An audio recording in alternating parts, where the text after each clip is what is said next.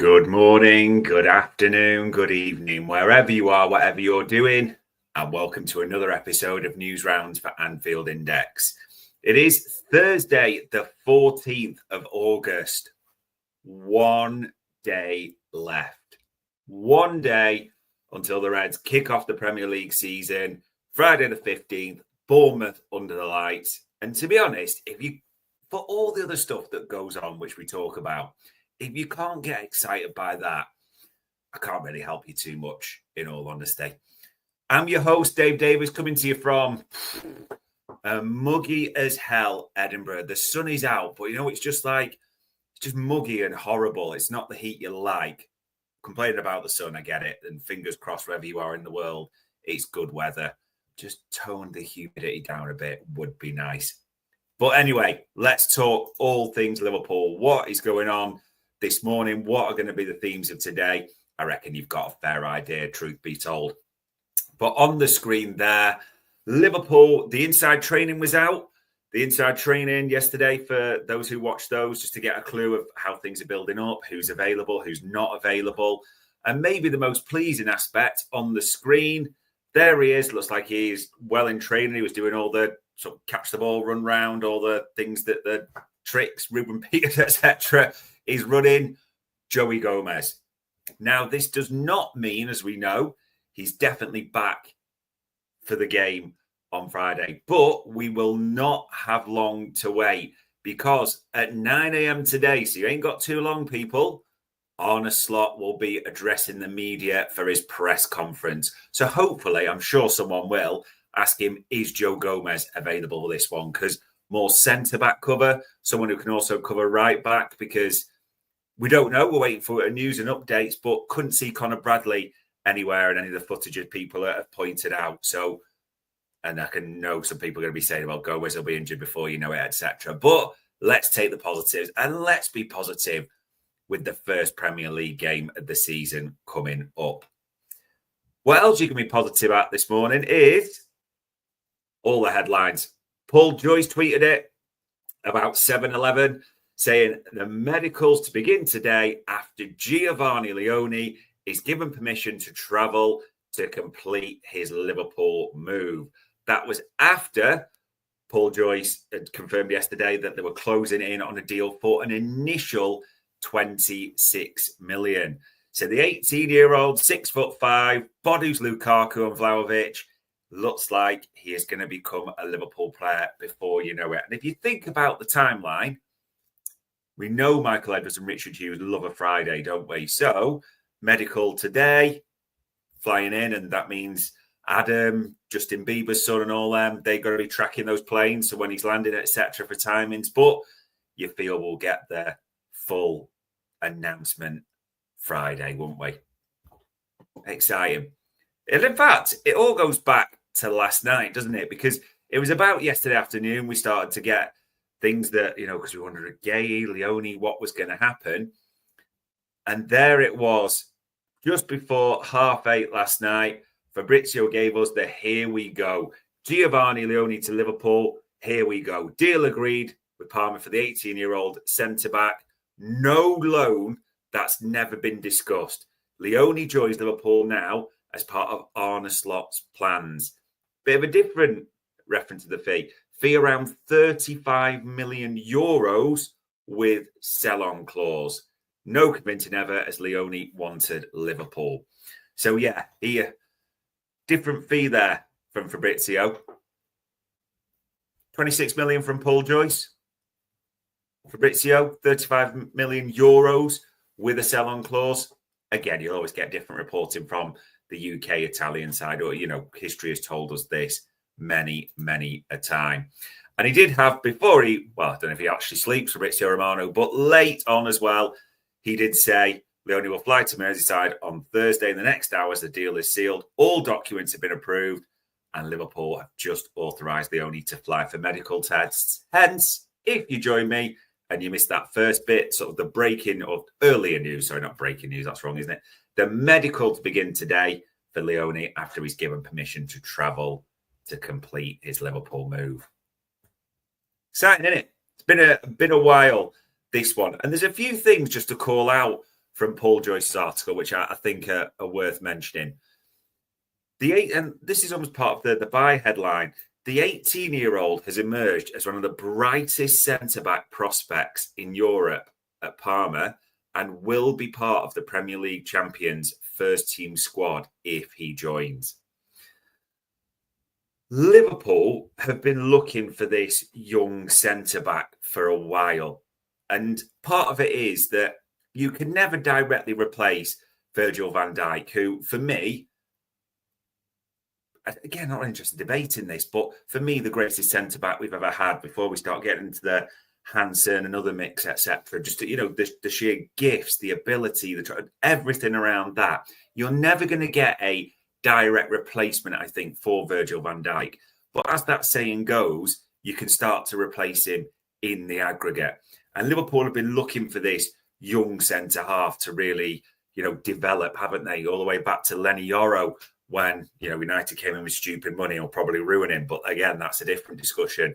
Dean Huijsen, that they looked at, Liverpool have been looking for a young centre-back for a while of this ilk. And I'm probably missing one now. I'm thinking about it. So they will be delighted that they've got him. As it says there, and this Paul Joyce's words, it's emerged one of the most promising defenders, I love this, in Europe. And Liverpool are poised to beat Italian clubs Inter Milan and AC Milan in the race to secure his signature. It is understood that Premier League sides, including Manchester United and Newcastle United, also showed late interest in the player, who has previously said Virgil van Dijk is his inspiration. Brilliant. Newcastle. Well, I'm sure you fans will be joining me any sec anyway, if you're not already. So good morning, afternoon, whatever to you. Yeah. It was quite clear that Italian clubs just couldn't afford the kid, and how, despite how special he is, despite how he was wanted, absolutely brilliant. He is, as it mentions of Paul Joyce, it feels the Jarell Quansah replacement if everything goes to plan. And Quansah picked up, just if you look, a bit over 1,000 minutes there. So maybe they do think a season of integration, ideally a season where he plays similar to the 1,200 minutes-ish that he played last season for Parma. It comes that way. Stylistically, it'll be interesting. As Paul Joyce also says, Parma utilised the back three. Yes, they were 16 in Serie A, but that bit of an adjustment. And Leone was either in the middle or deployed as the right centre-back. Because I've seen people say you can also play right-back. I'm not going to lie, I've watched Parma. It's amazing how many people all of a sudden, have watched them inside out and know so much about this kid. Hey-ho. But, yeah, because I've been talking, you can play it right-back as well. And even that isn't the most interesting thing in the article for me. It's the words of, and Paul Joyce has got these, many have repeated these, I've seen them round, but Arrigo Sacchi believes this kid can become sort of the linchpin, as he says, of the Azzurri defence for a long time. Some, regarding a possible transfer to Liverpool, object that this young man has only made 17 Serie A appearances so far. Aren't those few? No, I reply, not few, because on the occasions Leone has demonstrated the qualities needed to go far. If someone is good, if someone has their head in the right place, it's immediately obvious. A person can have 200 Serie A games under their belts and still not possess the qualities Leone displayed in his first season as an adult. Talent knows no age. Feel like hairs on the neck standing up there, don't you? And that ain't me. That is the legendary, the great Arrigo Sacchi.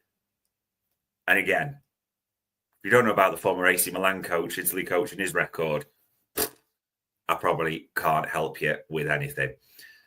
And this little bit, very small sort of last paragraph, Paul Joyce just clocks around Mark Guehi, that essentially talks are continuing for the England international, with Palace aware that the player wants to join the Premier League champions. So, yeah, that one.